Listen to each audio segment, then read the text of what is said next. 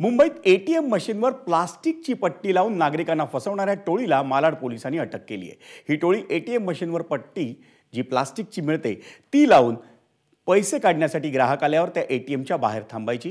प्लास्टिकच्या पट्टीमुळे एटीएममधून पैसे बाहेर पडत नसत, त्यामुळे एटीएममध्ये बिघाड झालाय असं समजून ग्राहक तिथून निघून जायचे आणि त्यानंतर हे चोरटे प्लास्टिकची पट्टी काढून एटीएममध्ये अडकलेली रक्कम काढून घेत होते। त्यामुळे अनेक ग्राहकांची मोठी फसवणूक झाल्याचं उघडकीस आलंय।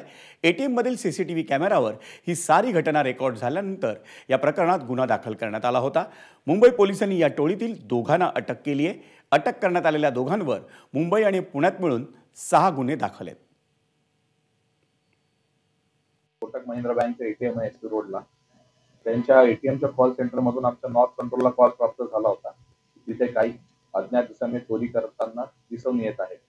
तेव्हा आमची डिटेक्शन टीम पोलीस हवालदार सातवसे, पोलीस शिपाई काटे, पोलीस शिपाई डोईफळे, पोलीस नायक अमित हे सदर ठिकाणी तात्काळ पोहोचले व तेथून एक इसम जे हालचाली संशय दिसत असल्या कारणाने त्याला तात्काळ ताब्यात घेतले। एबीपी माझा, उघडा डोळे बघा नीट।